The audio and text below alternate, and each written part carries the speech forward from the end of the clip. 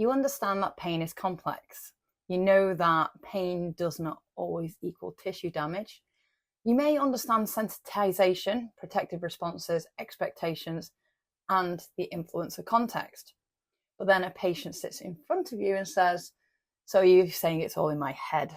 And suddenly knowing the science and explaining the science feel like two very different skills. One of the biggest mistakes we can make when explaining pain is trying to correct the patient before they feel understood. We rush to reassure them. We explain that their scan looks completely normal. We tell them that the tissues have healed, and we say that pain is an experience produced by the brain.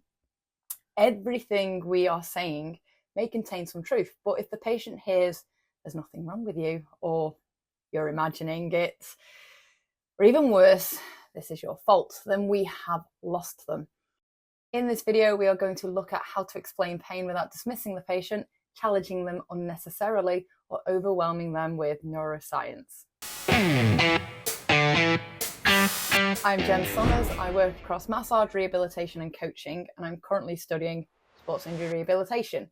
This video is for healthcare and rehabilitation professionals, therapists, coaches, and students who want to understand pain more deeply and communicate it more effectively. In the first video in this little series, we looked at what to say when a patient is convinced that something must be structurally wrong. In the second, we used tightness as an example of how a very real sensation does not always give us a precise diagnosis of what is happening within the tissues. This third video brings those ideas together because even the best pain explanation will fail if it is delivered at the wrong time, in the wrong language, or without understanding what the patient currently believes. Let's start with a common clinical situation. A patient has had bad back for more than a year. The scan shows that there's some age-related changes, but nothing that really explains the level of pain restriction they're experiencing. You tell them, the scan is fine, there's nothing seriously wrong with your back. You intend that statement to be reassuring, but the patient may think, if nothing is wrong, why does it still hurt? Or they haven't found the real problem yet, or even worse, they just don't believe me. This is why reassurance is not simply the absence of bad news. For reassurance to work, the explanation must make sense of the person's symptoms. We cannot remove their structural explanation and leave an empty space behind. If somebody believes their back is damaged, saying it isn't damaged might not be enough. They still need an explanation for why bending hurts, why the muscles tense, and why their symptoms flare after activity. Without that explanation, the original belief often remains. So, what can we do differently? The first step is to find out what the patient already believes.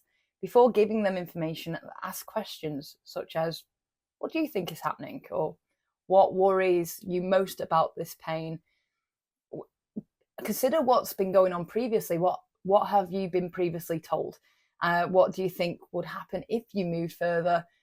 And what does the pain mean to you when it increases? These questions are not simply a polite introduction before we deliver our explanation. The answers tell us what the explanation needs to address. One patient might be worried that movement is causing damage. Another might fear that the pain means their condition is deteriorating. And another might have been told that their pelvis is twisted, their discs are crumbling, or their muscles are full of scar tissue. Another might not even be frightened at all. They might just simply want to know how to manage a frustrating symptom. We should not give each patient the same speech. Pain education is most useful when it answers the question that matters to the person in front of us. Second step would be validation, and that does not mean agreeing that the patient's spine is unstable or that their muscle is permanently shortened. It means acknowledging that their interpretation makes sense based on what they've experienced. You might say, I can understand why you're worried. The pain is strong and it appears every time you bend, so it makes sense that it feels like something's being damaged. Or like you can clearly feel that restriction. I'm not questioning whether it feels tight. What we are exploring is why it may feel that way. And that distinction matters. We're validating the experience without automatically confirming the explanation that they provided. The third step is asking permission. And this is really important. So you might just say, would it be all right if I offered another possible way of understanding what is happening? It's a simple question, but it changes the tone of the interaction. We're not standing over the patient as the expert who is about to correct them. We're inviting them into a conversation. If they say yes, we can then begin widening the explanation. For example, pain is influenced by the condition of the tissues, but it's not a direct damage meter. Your nervous system also considers how threatening a movement or situation may be. After repeated pain, the system can become more cautious and protective. That can lead to pain, muscle tension, restricted movement, even when the tissues are capable of doing much more than they comfortably feel doing. Notice that this explanation does not deny the body. It does not tell the person that the pain is psychological, and it does not claim that tissue health is irrelevant. It just adds another layer to the explanation. And this is where the phrase, the brain creates pain, can become difficult. Pain involves the brain and nervous system, but simply telling a patient that their brain produces pain might not be that helpful. The brain is involved in everything we experience. That does not make the experience imaginary. A better explanation might be pain is a protective experience produced by the nervous system when it decides that the body might be under threat. Because when we think about it, it uses information from the tissues, but it also considers previous experiences, expectations, the situation, and how safe or threatening movement feels. You can then connect that explanation directly to something the patient has experienced. Perhaps their movement improves when they warm up. Perhaps the pain is worse after poor sleep. It could be that the same movement feels different when they are distracted, supported, or confident. Perhaps that they can access more range in one position than in another. You could sort of say, like, the fact that this movement changes tells us that the system's adaptable. That does not mean that the pain is not real. It means that there may be more we can influence than simply the structure itself. This is much more useful than giving a 10-minute lecture on nociception and expecting the patient to work out why it matters. The fourth step is to check that the patient has understood. We often explain a concept, see the patient nod, and assume that they agree. But nodding may simply mean that they are trying to follow us. Asking, how does that explanation fit with what you've experienced? Or does any part of that not make sense? What are you taking from what we have discussed? They all help. What does this change, if anything, about how you view the movement? Their answer may show that they have understood perfectly. It may also reveal that they have heard the pain is caused by stress, or you think I'm afraid of moving. It could mean there's nothing physically wrong, so I should just ignore it. That gives us the opportunity to clarify before the misunderstanding becomes just another barrier to movement. Fifth step, that's connecting the explanation to action.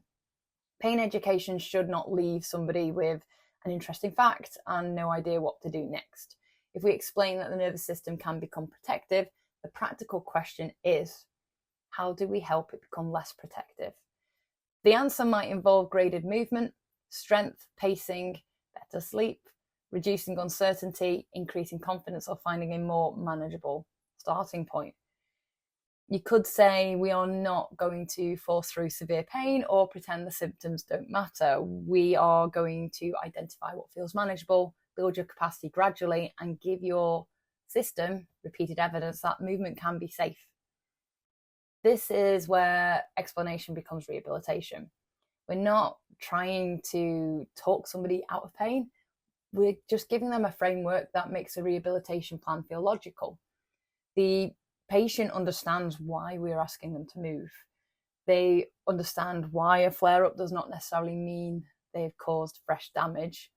They also understand why progress may involve gradually increasing confidence rather than constantly trying to eliminate every sensation.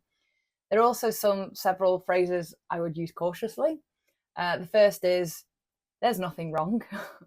There may be nothing dangerous or nothing requiring surgery, but the patient is still experiencing a genuine problem. A better phrase may be, we have not found evidence of anything dangerous or unstable, which is reassuring. We still need to understand why the area remains sensitive and help you build confidence and capacity. Second phrase is, it's all in your head. Most clinicians would never intentionally say this, but patients can still hear it when we place too much emphasis on the brain without validating the body. The third one, you're just scared to move. Fear can influence movement and pain, but labeling somebody as fearful can feel blaming. Instead, we might say, your system appears to be cautious around this movement. Let's find a version that feels manageable and build from there. Fourth, you need to stop thinking about the pain. Attention can influence pain, but people rarely choose to focus on a strong or unpredictable sensation. Telling them to stop thinking about it may simply add guilt to the problem. We can instead, therefore, help develop strategies that reduce constant checking and gradually restore attention to meaningful activity. The central lesson is that pain education is not a script we deliver to patients. It's a conversation. We listen, we understand their existing beliefs, we validate why those beliefs make sense. We need to ask permission to introduce another perspective, and then use examples connected to their own experience. We want to check for their understanding, and then we link the explanation to a practical plan. Knowing the science matters, but knowing more scientific terminology does not automatically make us better at discussing pain.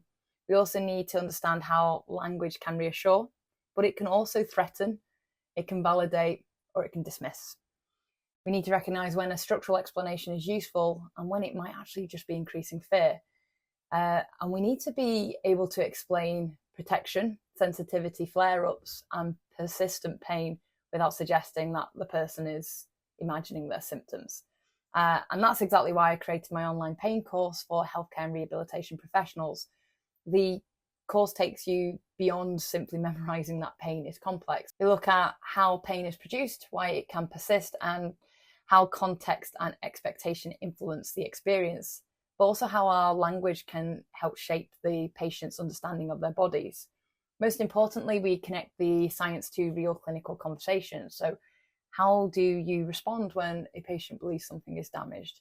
How do you explain pain when the scan does not match the symptoms? How do you discuss nervous system sensitivity without implying that pain is psychological? How do we reduce fear without giving false reassurance? And how do we help someone use that understanding to actually begin moving forwards? The aim's not to give you a collection of phrases to repeat word for word. It's to help you understand the science well enough that you can explain it clearly, confidently, and in a way that fits the person that is sat in front of you. If these 3 videos have helped you think differently about the conversations you have with patients, the full course is in the next step. You'll find the link in the description and in the pinned comment below. You can work through the course at your own pace and return to the lessons whenever you need them. Whether you're already working with patients or are still developing your clinical skills, the aim is to help you feel more confident explaining pain without dismissing the person experiencing it. Because the goal is not simply to tell patients that pain is complicated, it's to help them understand what may be happening, feel safer in their body, and see a realistic path forwards. You can access the full course using the link below. Thanks for watching. I'll see you on the next one.